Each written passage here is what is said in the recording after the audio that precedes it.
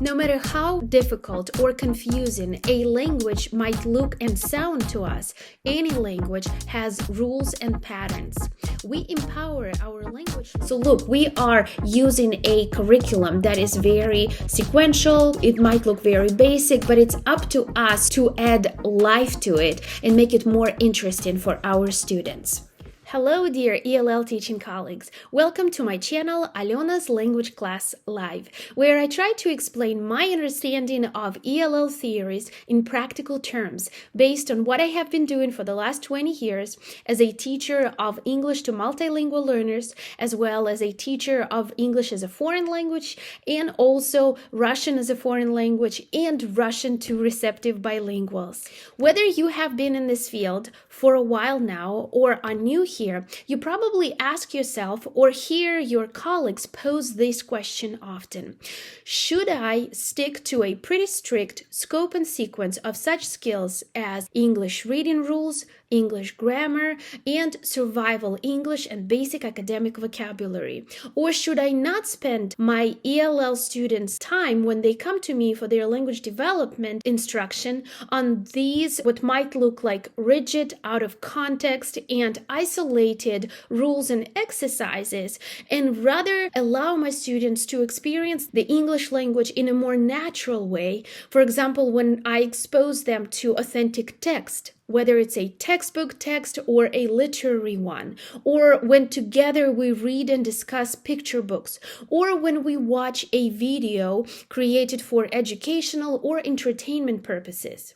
Because if I scaffold these materials in a way that allows my students to, one, understand the content of these materials, and two, understand the language of it, and on top of that, if I create practice opportunities for my students to manipulate with that content, to experience that content a little bit closer, and to use the vocabulary and the language of these materials in general, my students are going to learn the whole lot of English and are going to be able to read a lot of new words and are going to understand and use some of the new grammar. Well, my strong belief is that we absolutely need both. While most of us agree and research suggests that whatever we're learning is best acquired when it's done in a natural way, because we can create so many connections in authentic situations and with authentic material that an artificially created curriculum could never offer. However, I strongly believe that direct instruction of specific components of the language and opportunities to practice them and even to drill them is going to complement and speed up that natural acquiring of the language. No matter how difficult or confusing a language might look and sound to us, any language has rules and patterns. We empower our language learners by directly teaching them these skills in a consistent and systematic manner, following a curriculum that has a clear progression of these skills. Here, I also like to use an analogy of a multi-tiered necklace. So if we think of those individual skills as little beads, let's take reading rules. We have vowel teams or vowel combinations. A Y, A I, we have magic E, and then we talk about consonant blends, and then we talk about multisyllabic words, and then when we try to do mini lessons on these, as we read a beautiful text that is so developmentally appropriate for our students and so relevant to them, but when they see these new words and we want them to be able to read these words and we do a mini lesson, these beads are still placed sporadically. We want to pull them all onto one string and to keep adding to it until our students are able to decode a lot of new words and to recognize a lot of new sight words. For that, we want to have that string, and that would be that teaching how to read curriculum. The same happens with grammar. We know that present progressive, for example, is frequently used in social conversations. I am doing, I am reading. We also use that a lot when we describe pictures. Again, if we just kind of out of the blue present them with I am, and then you have to add ing to the verb, but we haven't talked about what a verb is, Or we want to teach them that we are going to drop letter E, for example, at the end of the word like to add ing. It is going to be out of context for our students. But if we have taught them what vowels are, and then if we have taught them what a silent E is, this will be so much easier because they will be recognizing a lot of those words, and all we have to do is to use the term that we had been using with them while teaching them phonics. I also want to throw in this thought here. In my opinion, the ratio between these two approaches, meaning the one in which there is a clear scope and sequence of specific skills presented in a specific order and which also offers a lot of exercises, versus the approach in which we teach our students the language more naturally by exposing them to authentic texts, be it oral or print text. So the ratio between these two approaches is going to look different depending on the grade level and the stage of the English language acquisition your learners are at.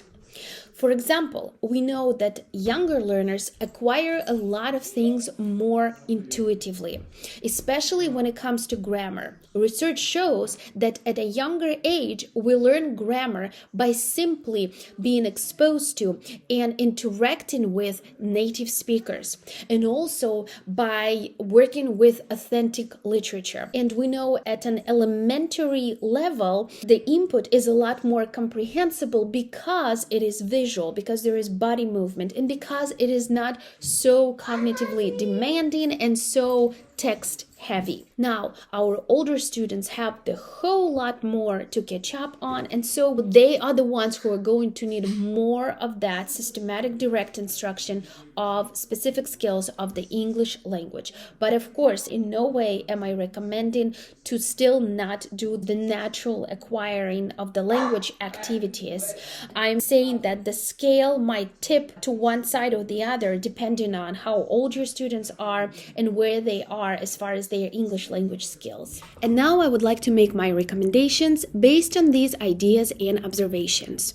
A little disclaimer: whatever suggestions you will hear me make are just some of the ways to address our language learners' language development and literacy instruction. These are some strategies that I feel comfortable with and find effective, and thus feel confident enough to share them with you. So, if we're talking about students in grades K through 2, I do not recommend pulling them from their early literacy instruction that is usually provided by the language arts teacher or reading teacher, or even a reading specialist sometimes is involved. Usually and ideally, early literacy instruction at the elementary level is done in groups that have been identified via a screener or diagnostic test. I think an ELL teacher is better off leading one of those groups, especially if some or all of your language learners are placed in that group. However, I do not recommend being the provider of the early literacy instruction to the most struggling group. I think these children need to be taught by somebody who has extensive experience and training in addressing these reading skills in an intensive and effective manner. If you do not feel comfortable doing this, I think you would be better utilized teaching in another group. If this reading instruction model is not something adopted in your building, then most likely you are going to be the provider of the early literacy instruction to your language learners anyways when they come to you for your pull-out sessions or at a different time. Again, if you do not feel comfortable and experienced enough, I strongly recommend taking some trainings and or observing those colleagues in your building who are really good at that. I was very fortunate about 15 years ago when I was pushing in the second grade classroom where the teacher was using Orton Gillingham's materials. She was using visuals, she was using manipulatives, and she knew exactly what she was doing because the program is so well scripted. She was using Recipe for Reading book. I was so inspired by her success that I also took as many literacy trainings as I could put my hands on in that district where I used to teach, and seriously considered becoming a reading specialist. If we're talking about students in grades 3 through 5, where everybody is reading to learn learn new information and content versus grades K through 2, where everybody is more or less learning to read.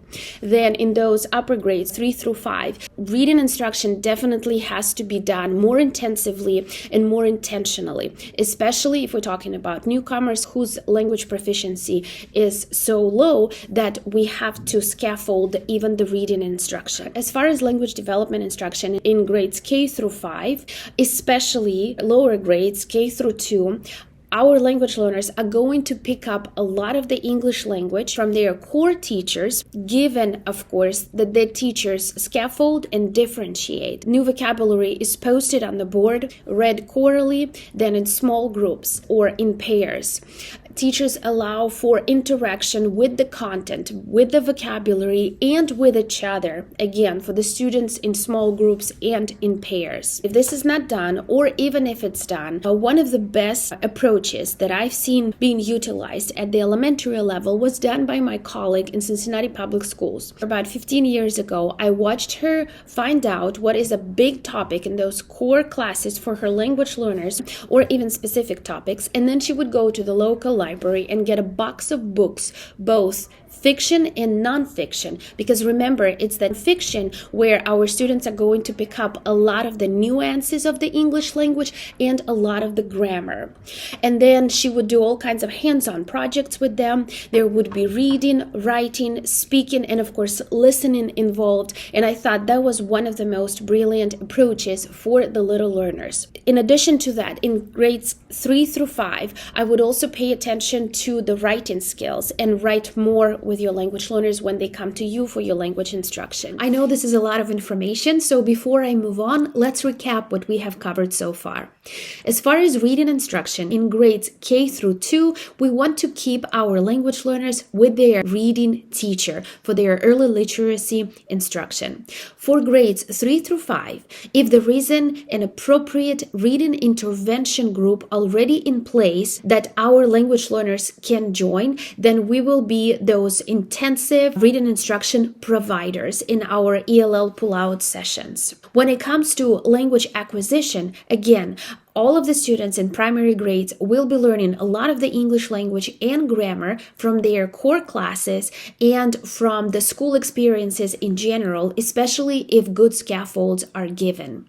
Now, in grades K through 2, that happens even more naturally. In grades 3 through 5, we definitely want to reinforce all of that instruction in our pull-out sessions. For newcomers, you want to have a consistent newcomer survival English resource. I have been a little bit out of the loop with primary grades as I have not been working with elementary children for the last 7 years. So if you know of a good survival English resource, please share in the comments. Also, for all of these grades, we want to help them with their academic and content language. And that, again, could be done in many ways. One way is to use that fiction, nonfiction book collection. And this way we are front-loading and practicing and building background for core classes topics. Another way is through a language development resource, for example, such as National Geographics. And a third way is to stay in touch, if possible, with core teachers and ask them for the main topics or skills and target or their year in review kind of map and bring in that vocabulary and directly teach that. But I still think it's best done via authentic text or even leveled books and leveled texts. And finally, let's talk about our language learners from the secondary grades. If you have newcomers, my advice to you is do not try to reinvent the wheel, but do use survival English packet, textbook, book, program, curriculum, whatever it might be. My go-to remains to be National Geographic's Inside the USA. I hear great things about other programs, but I'm mostly familiar with National Geographic's Inside the USA as far as my very fresh newcomers go, and I'm pretty happy with it, although of course it has some room for improvement. It does start with very basic topics, sort of like you would do in a foreign language course, and I think it's very smart and very much needed. And each topic builds on each other. It also offers sentence structures that allow our students to use the new vocabulary and content in speaking. Our newcomers do need to start with this basic, I call it first aid English. And it could be up to us how we can diversify that. For example, you might have seen me share in other Facebook groups or in my own videos or pictures that could capture our students' curiosity, that also allow them to practice the same survival vocabulary. For example, look at this big boulder. We can talk about sizes, shapes. We can also talk about where it is. And then I can also tell my students, even if I have to run it through Google Translate, where this actual boulder is and how it is still standing there balanced like that. So look, we are using a curriculum that is very sequential. It might look very basic, but it's up to us to add life to it and make it more interesting for our students. Going back to the Inside the USA resource, it also has leveled books that are very helpful no matter which reading curriculum you choose. This program also has a practice book that contains decodable books, which I think are pretty good. And it also has a phonics component that I'm going to tell you up front, I'm not happy with. But again, I'm not happy with any of the phonics components that I've come across in any other newcomer curricula. As a result of my frustration with the lack of a good reading program for older newcomers, and also as a result of my passion for teaching literacy, I have created interactive reading drills for older newcomers and SLIVE students. I wrote it very much in sync with Orton Gillingham's approach. I also added survival English to it and a language development component in general. If you want to check it out, below is the link to a free sample lesson, and you can also watch my overview of the rationale for creating this resource and how to use it on my YouTube channel. The link will be below as well. Unlike for elementary grades, with your secondary grade students, I do recommend to utilize very targeted, direct, and focused grammar instruction. For that, I always recommend to use English grammar in use books. My favorite is the basic edition, and also make sure that this is an American edition. Of course, you want to supplement it with real-life application. You will see me share in other Facebook pages and in my own little texts and pictures, and then we look for the grammar that we have been studying, and then we try to write our own sentences. This is a good way to apply what they are learning in those dry exercises. And to summarize what I have just shared, you probably can tell that my major tip here is that whether you are teaching grammar rules, reading skills, or survival English, you want to saturate your curriculum with the juice of life. And that you do by showing authentic pictures and videos and sharing authentic stories, and also by bringing into your classroom real life experiences for your language learners. If you would like to see how I also use picture books with my older newcomers, on my channel I have posted 2 videos so far where I demonstrate this method. Also, a couple of weeks ago I posted a free language development lesson bundle that I built around the topic of pumpkin, and there I show how I take my students a very basic English language knowledge and slowly build on that towards more complex vocabulary and content, and towards some academic and content language. And now, very briefly, let's talk about students who are already beyond the survival English level. With these children, I would first of all keep up with the direct grammar instruction. I would also continue with focused, targeted reading, and for that you can continue using whatever you've been using at the next level. I'm also absolutely crazy about the 6-minute solution resources. If you want to know more about them, I do have a video overview. I'll put a link below for you. But I also would add a lot more writing. One of my favorite resources to help me guide my curriculum is the Writing Revolution book.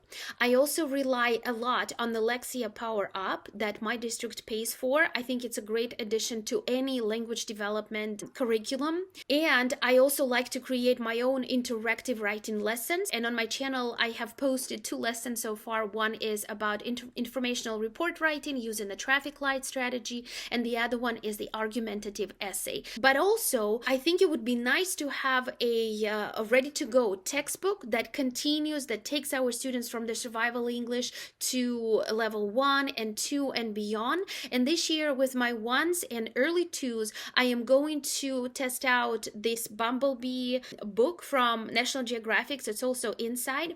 I do have to tell you that I also tried the Edge and the Inside for middle and high school for my higher proficiency students and also for the long-term ELLs.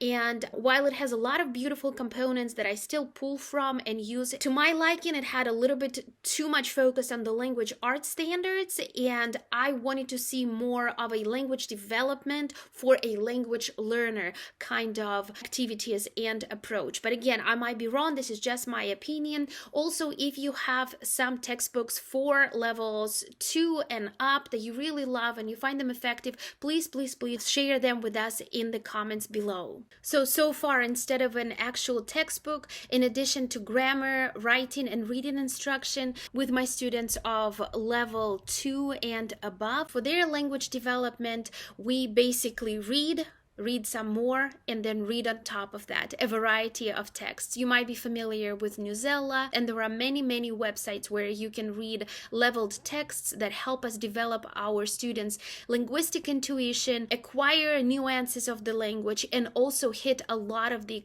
academic and content topics. Okay, I think I'm ready to sign off here. I'm sure you are too. I do want to tell you that I'm going to share with you this document with all the links and the key points of today's presentation so you can have easy access to it. And also, I do want to mention that in no way am I affiliated with the National Geographics. I realize I might have created that impression, but after having tested a couple of curricula, I realized that this is something that works for me and for my students. But I definitely have heard awesome reviews about many other ELL curricula, such as Vista and Saddleback Education. So please don't take my word for just the National Geographics. Also, I am working on my Thanksgiving interactive vocabulary lesson that I'm going to post on my channel, and hopefully you will get to use it this year. If not, then next year and in the years to come. Happy teaching, everyone, in the rest of the 2022.